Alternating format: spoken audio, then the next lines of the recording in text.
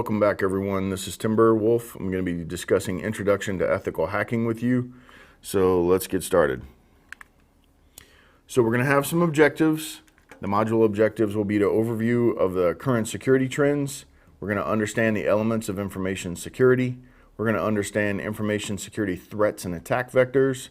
And we're going to discuss an overview of hacking concepts, types, and phases, as well as understanding ethical hacking concepts and scope. And we're going to be discussing the overview of information security management and defense in depth strategies. So that's not defense, we're going to be discussing defense in depth strategies, right? So they talked about how this was a 100% offensive course, nothing to do with defense. But obviously we are going to be discussing some defense as well, quite a bit actually along the way.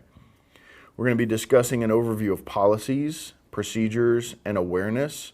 Which are your procedural controls, policies and procedures and awareness to keep your people sharp versus just trusting and being dependent on tools. Part of the defense in depth is to spread out your defense posture. So you can do that through your workforce and your appliances, right? So right off the bat there, in the first two bullets, we're doing both of those, defense in depth, and we have procedural controls in place to help with that, right? So we have an overview. We're going to discuss an overview of physical security and controls. So like with physical security, we'll be talking about that quite a bit too when we get to the cloud part of this course. Understanding incident management process. So what does it mean to handle incident management? We'll get into that. Overview of vulnerability assessments and penetration testing. So we're going to be discussing that quite a bit along the way. The difference between a vulnerability assessment and penetration testing, which together those are called a security assessment. So most of the time when people order a penetration test, that is not what they get. They get a vulnerability scan, right? Which is not what you want. You need to understand that cold. And then an overview of information security acts and laws. So we'll get into that as well. So we're going to be discussing information security overviews, information security threats and attack vectors, like where are our threats and attacks coming from? What posture does my network have that can be attacked? Where are my weaknesses? Where do I need to spend money hardening? That kind of stuff. So that's kind of what number 2 is about. And then number 3, hacking concepts, types, and phases. So what is the life cycle of a hack? What does it look like? How am I going to be susceptible to this kind of thing? You know what I mean? How is this going to be thrown at me? We're going to talk about that so you can understand it. The more you understand how they think, the more you can understand how to defend. And we're going to be talking about both of those, so you'll get that. So we're not training people how to get into your network. You need to understand 100% how they think and what they do and be able to do what they do to be able to defend properly. We are training you to be defensive, not offensive, even though that is what they said the class was about. So ethical hacking concepts and scope. So we're going to discuss ethical hacking, the concepts of it and scope, and the differences between hacking concept types and phases, right? So we're going to compare and contrast there a little bit.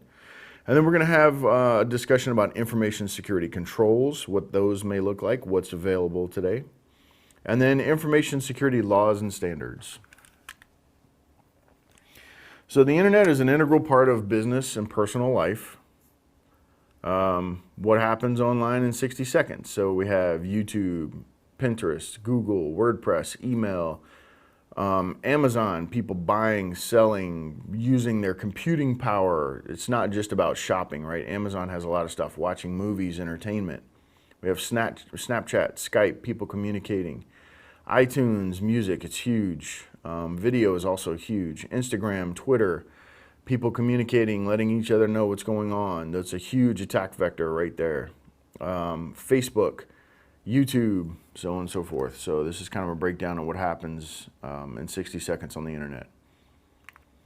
And we're going to discuss some breaches along the way of this course.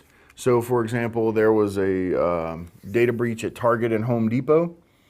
And the IRS just had a big one as well. So did the government. They had some information stolen from a bunch of military personnel that had security clearances.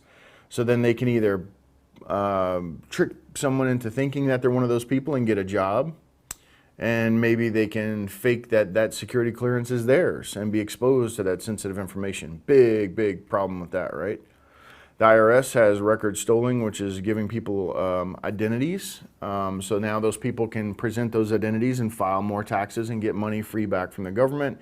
For somebody else that paid in, they get their refund. So the people that paid in all that extra money that they shouldn't have paid in, people think that I get my tax money back, that it's money from the government, but really it's just overpayment along the year. What you want to do is you just want to pay in enough. So I bet that people are going to learn this fact now and probably start paying less and less in, so they get it about just right, right? Because you're giving the government free use of your money for that extra time, that whole year. So there's a chart floating around out there about the year of the mega breaches. So we've had really big breaches now. But the thing is they're just coming to light. Those people have been owned for a long time. They've had people, their networks have been compromised for a long time. They're not new. They're just becoming, they're becoming more and more public. So they've been going on. They're not new. And then the number of records stolen before they catch it is new. So people are stealing massive amounts of information because of the network speeds, and storage on the other end is becoming cheaper and cheaper. They have a place to store. Usually they just use your network as the repository. They just go and got what they needed. So if you want 6,000 credit cards, I'll go get you 6,000. You want another 6,000, I'll get you another 6,000. They just go back and forth to the network and get it. Well, today our controls are becoming a little better. People are starting to check this stuff more. They're finding out how people are getting in through penetration testing and security assessments.